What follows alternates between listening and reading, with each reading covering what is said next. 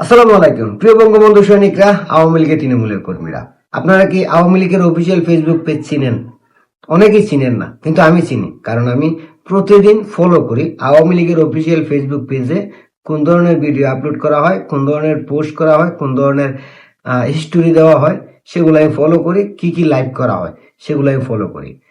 আপনারা দেখেন তো, এই আওয়ামী লীগের অফিসিয়াল ফেসবুক পেজের ফলোয়ার 4 মিলিয়ন, মানে প্রায় 5 মিলিয়নের কাছাকাছি। এমন একটা পেজের 2,000, 5,000, 10,000, 20,000, 50,000, 1 লক্ষ, 1.5 লক্ষ বা বড় জোরে 3 লক্ষ ভিউ কেন? এই আওয়ামী লীগের অফিসিয়াল ফেসবুক পেজ যারা নিয়ন্ত্রণ করে, তারা কি এই জিনিসটাও বুঝে না যে সোশ্যাল মিডিয়ায় একটা ভিডিও আপলোড করলে সেই ভিডিওর সবচাইতে গুরুত্বপূর্ণ জায়গাটা হচ্ছে তার থাম্বনেল। একটা ভিডিওর থাম্বনেল, ঠিক আছে, পাবলিক যে দেখবে, কিসের জন্য দেখবে? থাম্বনেলে যদি আকর্ষণ না থাকে, তাহলে কি সেই ভিডিও দেখতে পাবলিক যাবে? সবচাইতে বড় কথা, এই আওয়ামী লীগের অফিসিয়াল ফেসবুক পেজে রিস্কাওয়ালা থেকে শুরু করে একদম রাস্তার মুসির ভিডিওটা পর্যন্ত আপলোড করা হয়। কেন?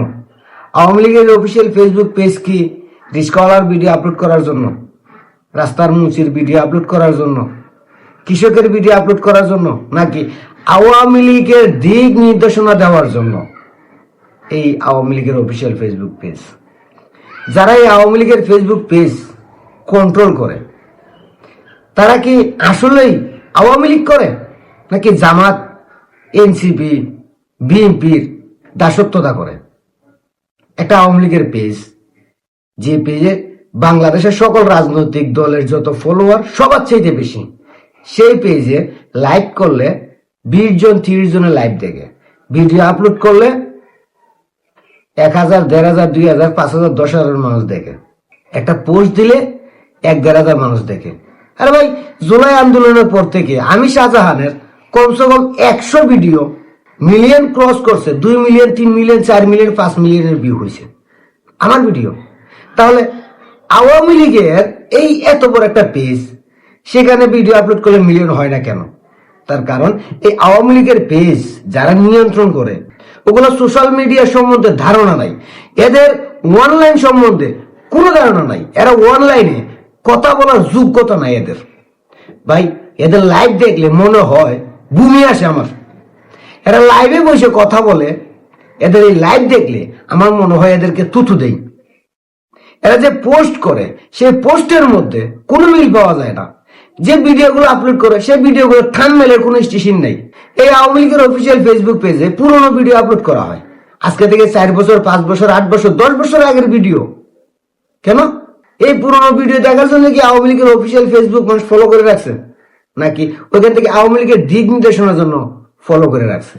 এখানে কি আওয়ামী লীগের যেসব নেতারা আছে, তাদের 20 সেকেন্ড 30 সেকেন্ডের ভিডিও আপলোড করা যায় না? প্রতিদিন নিত্য নতুন ভিডিও।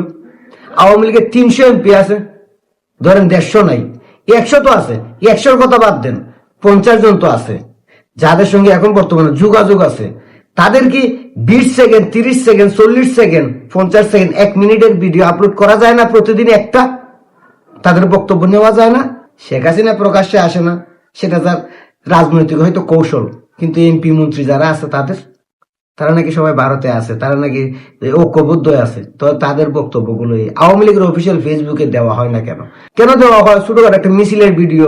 কেন দেওয়া হয় রিস্কওয়ালা আওয়ামী লীগ নিয়ে কি বললো, কৃষক আওয়ামী লীগ নিয়ে কি বললো, মুসি কি বললো, তাতে কি বললো? এই ভিডিওগুলো কেন দেওয়া হয়? এদের ভিডিও দেওয়ার জন্য কি আওয়ামী লীগের অফিসিয়াল ফেসবুক পেজ, নাকি আওয়ামী লীগের নির্দেশনা দেওয়ার জন্য আওয়ামী লীগের অফিসিয়াল ফেসবুক পেজ? তাই আমার মনে হয় এই আওয়ামী লীগের অফিসিয়াল ফেসবুক পেজের এই যারা সঞ্চালক করেন, যারা এডমিন আছে, সবগুলা লাথি মাইরে গাড় দইরে বার করে দেওয়া উচিত। দিয়া নতুন যারা পারে, যারা দক্ষ, যারা অনলাইন সম্বন্ধে বুঝে, যারা সোশ্যাল মিডিয়া বুঝে, তাদেরকে এই আওয়ামী লীগের অফিসিয়াল ফেসবুক পেজ চালানোর দায়িত্ব দেওয়া উচিত। কারণ আমার কাছে মনে হয় আওয়ামী লীগের অফিসিয়াল ফেসবুক যারা চালাইতেছে, এগুলো একদম সবচাইতে বড় গবাদির ঘরের গবাদির বাচ্চা।